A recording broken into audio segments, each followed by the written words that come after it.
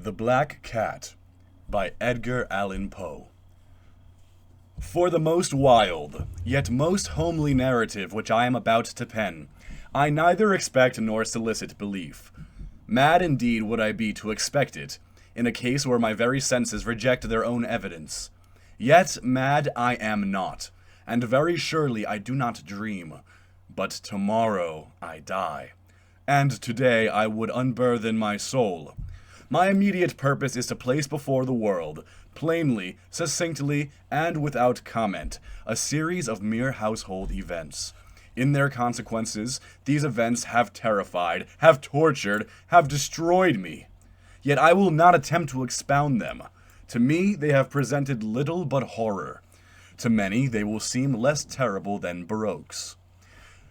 Hereafter, perhaps, some intellect may be found which will reduce my phantasm to the commonplace. Some intellect more calm, more logical, and far less excitable than my own, which will perceive, in the circumstances I detail with awe, nothing more than an ordinary succession of very natural causes and effects. From my infancy I was noted for the docility and humanity of my disposition. My tenderness of heart was even so conspicuous as to make me the jest of my companions. I was especially fond of animals, and was indulged by my parents with a great variety of pets. With these I spent most of my time, and never was so happy as when feeding and caressing them. This peculiarity of character grew with my growth, and in my manhood I derived from it one of my principal sources of pleasure. To those who have cherished an affection for a faithful and sagacious dog, I need hardly be at the trouble of explaining the nature or the intensity of the gratification thus derivable. There is something in the unselfish and self-sacrificing love of a brute, which goes directly to the heart of him who has had frequent occasion to test the paltry friendship and gossamer fidelity of mere man. I married early, and was happy to find in my wife a disposition not uncongenial with my own. Observing my partiality for domestic pets, she lost no opportunity of procuring those of the most agreeable kind. We had birds, goldfish, a fine dog, rabbits, a small monkey, and a cat. The latter was a remarkably large and beautiful animal, entirely black and sagacious to an astonishing degree. In speaking of his intelligence, my wife, who at heart was not a little tinctured with superstition, made frequent allusion to the ancient popular notion, which regarded all black cats as witches in disguise. Not that she was ever serious upon this point, and I mention the matter at all for no better reason than that it happens, just now, to be remembered. Pluto, this was the cat's name, was my favorite pet and playmate. I alone fed him, and he attended me wherever I went about the house. It was even with difficulty that I could prevent him from following me through the streets. Our friendship lasted, in this manner, for several years, during which my general temperament and character, through the instrumentality of the fiend intemperance, had, I blush to confess it, experienced a radical alteration for the worse. I grew, day by day, more moody, more irritable, more regardless of the feelings of others. I suffered myself to use intemperate language to my wife. At length, I even offered her personal violence. My pets, of course, were made to feel the change in my disposition. I not only neglected, but ill-used them. For Pluto, however, I still retained sufficient regard to restrain me from maltreating him, as I made no scruple of maltreating the rabbits, the monkey, or even the dog. When by accident, or through affection, they came in my way. But my disease grew upon me, for what disease is like alcohol? And at length, even Pluto, who was now becoming old, and consequently somewhat peevish, even Pluto began to experience the effects of my ill temper. One night, returning home, much intoxicated from one of my haunts about town, I fancied that the cat avoided my presence. I seized him, when, in his fright at my violence, he inflicted a slight wound upon my hand with his teeth. The fury of a demon instantly possessed me. I no longer knew myself. My original soul seemed, at once, to take its flight from my body, and a more than fiendish malevolence, gin-nurtured, thrilled every fiber of my frame. I took from my waistcoat pocket a penknife, opened it, grasped the poor beast by the throat, and deliberately cut one of its eyes from the socket. I blush, I burn, I shudder, while I pen the damnable atrocity. When reason returned with the morning, when I had slept off the fumes of the night's debauch, I experienced a sentiment half of horror, half of remorse, for the crime of which I had been guilty. But it was, at best, a feeble and equivocal feeling, and the soul remained untouched. I again plunged into excess, and soon drowned in wine all memory of the deed. In the meantime, the cat slowly recovered. The socket of the lost eye presented, it is true, a frightful appearance, but he no longer appeared to suffer any pain. He went about the house as usual, but, as might be expected, fled in extreme terror at my approach. I had so much of my old heart left, as to be at first grieved by this evident dislike on the part of the creature which had once so loved me. But this feeling soon gave place to irritation, and then came, as if to my final and irrevocable overthrow, the spirit of perverseness. Of this spirit philosophy takes no account, yet I am not more sure that my soul lives than I am that perverseness is one of the primitive impulses of the human heart, one of the indivisible primary faculties, or sentiments, which give direction to the character of man.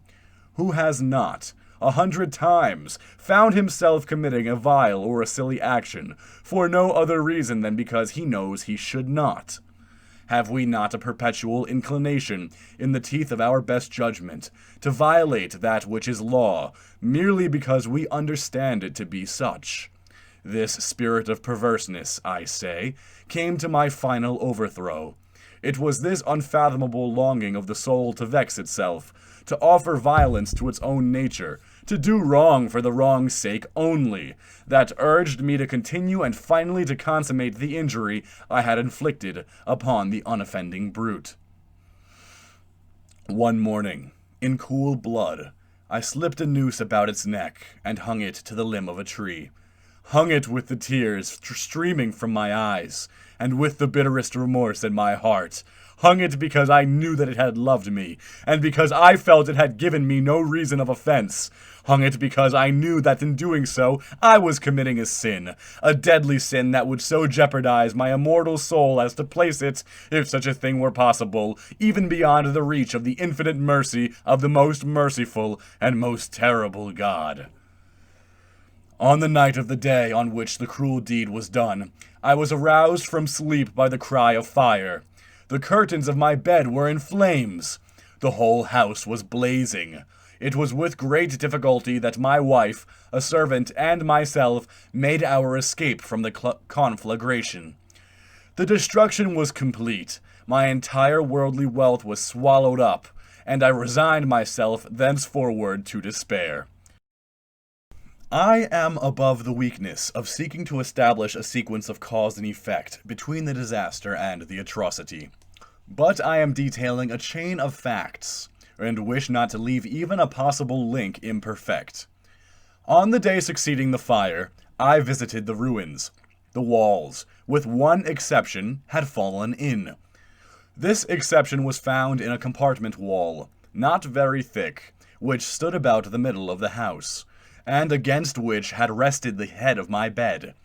The plastering had here, in great measure, resisted the action of the fire, a fact which I attributed to its having been recently spread.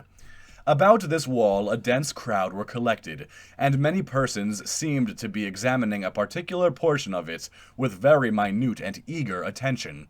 The words "strange," "singular," and other similar expressions excited my curiosity. I approached, and saw, as if graven in bas relief upon the white surface, the figure of a gigantic cat. The impression was given with an accuracy truly marvelous. There was a rope about the animal's neck. When I first beheld this apparition, for I could scarcely regard it as less, my wonder and my terror were extreme. But at length reflection came to my aid. The cat, I remembered, had been hung in a garden adjacent to the house. Upon the alarm of fire, this garden had been immediately filled by the crowd, by some one of whom the animal must have been cut from the tree and thrown through an open window into my chamber. This had probably been done with the view of arousing me from sleep. The falling of other walls had compressed the victim of my cruelty into the substance of the freshly spread plaster, the lime of which, upon the flames, and the ammonia from the carcass, had then accomplished the portraiture as I saw it. Although I thus readily recounted to my reason, if not altogether to my conscience, for the startling fact just detailed, it did not the less fail to make a deep impression upon my fancy. For months I could not rid myself of the phantasm of the cat, and during this period there came back into my spirit a half-sentiment that seemed, but was not, remorse. I went so far as to regret the loss of the animal, and to look about me, among the vile haunts which I now habitually frequented, for another pet of the same species, and of somewhat similar appearance, with which to supply its place. One night, as I sat, half stupefied, in a den of more than infamy, my attention was suddenly drawn to some black object, reposing upon the head of one of the immense hogsheads of gin, or of rum, which constituted the chief furniture of the apartment. I had been looking steadily at the top of this hogshead for some minutes, and what now caused me surprise was the fact that I had not sooner perceived the object thereupon. I approached it, and touched it with my hand. It was a black cat, a very large one, fully as large as Pluto, and closely resembling him in every aspect but one. Pluto had not a white hair upon any portion of his body, but this cat had a large, although indefinite splotch of white, covering nearly the whole region of the breast. Upon my touching him, he immediately arose, purred loudly, rubbed against my hand, and appeared delighted with my notice. This, then, was the very creature of which I was in search. I at once offered to purchase it of the landlord, but this person made no claim of it, knew nothing of it, had never seen it before. I continued my caresses, and when I prepared to go home, the animal evinced a disposition to accompany me. I permitted it to do so, occasionally stooping and patting it as I proceeded. When it reached the house, it domesticated itself at once, and became immediately a great favorite with my wife. For my own part, I soon found a dislike to it arising within me. This was just the reverse of what I had anticipated, but I know not how or why it was, its evident fondness for myself rather disgusted and annoyed. By slow degrees, these feelings of disgust and annoyance rose into the bitterness of hatred. I avoided the creature, a certain sense of shame, and the remembrance of my former deed of cruelty, preventing me from physically abusing it. I did not, for some weeks, strike, or otherwise violently ill-use it. But gradually, very gradually, I came to look upon it with unutterable loathing, and to flee silently from its odious presence, as from the breath of a pestilence. What added, no doubt, to my hatred of the beast was the discovery, on the morning after I brought it home, that, like Pluto, it also had been deprived of one of its eyes.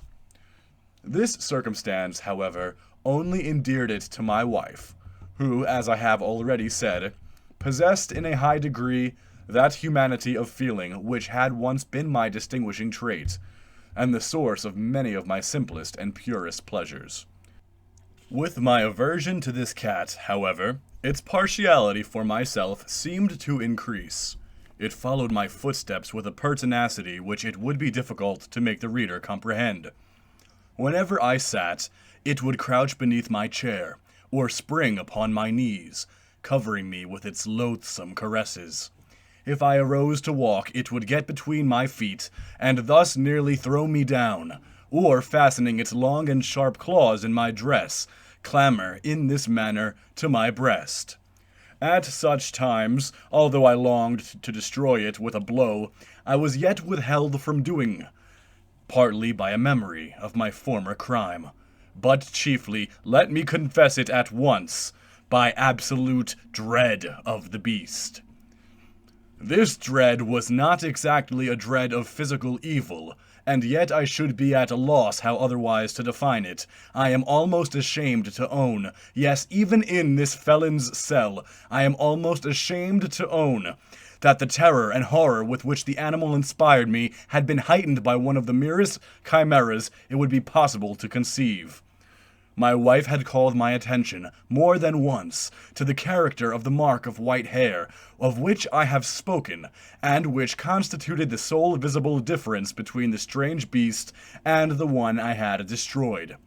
The reader will remember that this mark, although large, had been originally very indefinite, but by slow degrees nearly imperceptible, and which for a long time my reason struggled to reject as fanciful, it had, at length, assumed a rigorous distinctness of outline. It was now the representation of an object that I shudder to name, and for this, above all, I loathed, and dreaded, and would have rid myself of the monster had I dared. It was now, I say, the image of a hideous, of a ghastly thing, of the gallows. Oh, mournful and terrible engine of horror, and of crime, of agony, and of death. And now was I indeed wretched beyond the wretchedness of mere humanity, and a brute beast, whose fellow I had contemptuously destroyed, a brute beast to work out for me a man, fashioned in the image of the high God. So much of insufferable woe, alas! Neither by day nor by night knew I the blessing of rest any more. During the former, the creature left me no moment alone, and in the latter, I started hourly from dreams of unutterable fear, to find the hot breath of the thing upon my face, and its vast weight, an incarnate nightmare that I had no power to shake off, incumbent eternally upon my heart. Beneath the pressure of torments such as these, the feeble remnant of the good within me succumbed. Evil thoughts became my sole intimates, the darkest and most evil of thoughts. The moodiness of my usual temper increased to hatred of all things and of all mankind, while from the sudden, frequent, and ungovernable outbursts of a fury to which I now blindly abandoned myself, my uncomplaining wife, alas, was the most usual and the most patient of sufferers. One day she accompanied me, upon some household errand, into the cellar of the old building which our poverty compelled us to inhabit. The cat followed me down the steep stairs, nearly throwing me headlong, exasperated, into madness. Uplifting an axe, and forgetting in my wrath the childish dread which had hitherto stayed my hand, I aimed a blow at the animal, which, of course, would have proved instantly fatal had it descended as I wished. But this blow was arrested by the hand of my wife. Goaded by the interference into a rage more than demoniacal, I withdrew my arm from her grasp and buried the axe in her brain. She fell dead upon the spot. without a groan.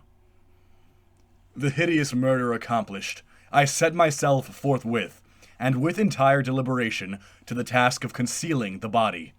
I knew that I could not remove it from the house, either by day or by night, without the risk of being observed by the neighbors. Many projects entered my mind. At one period I thought of cutting the corpse into minute fragments and destroying them by fire. At another, I resolved to dig a grave for it in the floor of the cellar.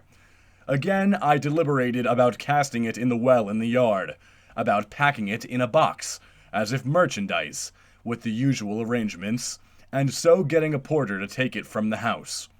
Finally, I hit upon what I considered a far better expedient than either of those. I determined to wall it up in the cellar, as the monks of the Middle Ages are recorded to have walled up their victims. For a purpose such as this, the cellar was well adapted. Its walls were loosely constructed, and had lately been plastered throughout with a rough plaster, which the dampness of the atmosphere had prevented from hardening. Moreover, in one of the walls was a projection, caused by a false chimney or fireplace that had been filled up, and made to resemble the rest of the cellar. I made no doubt that I could readily displace the bricks at this point, insert the corpse, and wall the whole up as before, so that no eye could detect anything suspicious. And in this calculation I was not deceived. By means of a crowbar I easily dislodged the bricks, and having carefully deposited the body against the inner wall, I propped it in that position, while, with little trouble, I relaid the whole structure as it originally stood, having procured mortar, sand, and hair, with every possible precaution. I prepared a plaster which could not be distinguished from the old, and with this I very carefully went over the new brickwork. When I had finished, I felt satisfied that all was right. The wall did not present the slightest appearance of having been disturbed. The rubbish on the floor was picked up with the minutest care. I looked around triumphantly, and said to myself, "Here, at least, then, my labor has not been in vain." My next step was to look for the beast which had been the cause of so much wretchedness, for I had, at length, firmly resolved to put it to death. Had I been able to meet with it, at the moment where there could have been no doubt of its fate, but it appeared that the crafty animal had been alarmed at the violence of my previous anger, and forebore to present itself in my present mood. It is impossible to describe, or to imagine, the deep, the blissful sense of relief which the absence of the detested creature occasioned in my bosom. It did not make its appearance during the night, and thus, for one night at least, since its introduction into the house, I soundly and tranquilly slept. I slept even with the burden of murder upon my soul. The second and the third day passed, and still my tormentor came not. Once again I breathed as a free man. The monster, in terror, had fled the premises forever. I should behold it no more. My happiness was supreme. The guilt of my dark deed disturbed me but little. Some few inquiries had been made, but these had been readily answered. Even a search had been instituted, but of course nothing was to be discovered. I looked upon my future felicity as secured. Upon the fourth day of the assassination, a party of the police came, very unexpectedly, into the house, and proceeded again to make rigorous investigation of the premises. Secure, however, in the inscrutability of my place of concealment, I felt no embarrassment whatever. The officers bade me accompany them in their search. They left no nook or corner unexplored. At length, for the third or fourth time, they descended into the cellar. I quivered not in a muscle. My heart beat calmly as that of one who slumbers in innocence. I walked the cellar from end to end. I folded my arms upon my bosom, and roamed easily to and fro. The police were thoroughly satisfied and prepared to depart. The glee at my heart was too strong to be restrained. I burned to say if but one word, by way of triumph, and to render doubly sure their assurance of my guiltlessness. "Gentlemen," I said at last, as the party ascended the steps, "I delight to have allayed your suspicions. I wish you all health, and a little more courtesy. By the by, gentlemen, this is a very well-constructed house." In the rabid desire to say something easily, I scarcely knew what I uttered at all.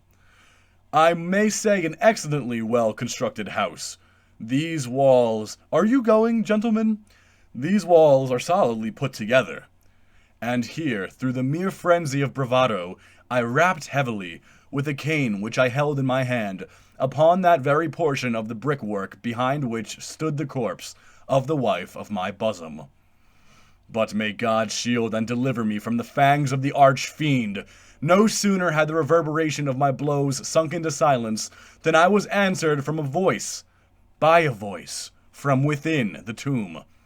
By a cry, at first muffled and broken, like the sobbing of a child, and then quickly swelling into one long, loud, and continuous scream, utterly anomalous and inhuman, a howl, a wailing shriek, half of horror and half of triumph, such as might have arisen only out of hell, conjointly from the throats of the damned in their agony, and of the demons that exult in the damnation. Of my own thoughts it is folly to speak. Swooning, I staggered to the opposite wall. For one instant the party upon the stairs remained motionless, through extremity of terror and of awe. In the next, a dozen stout arms were toiling at the wall. It fell bodily. The corpse, already greatly decayed and clotted with gore, stood erect before the eyes of the spectators. Upon its head, with red extended mouth and solitary eye of fire, sat the hideous beast whose craft had seduced me into murder, and whose informing voice had consigned me to the hangman. I had walled the monster up within the tomb. That was The Black Cat by Edgar Allan Poe.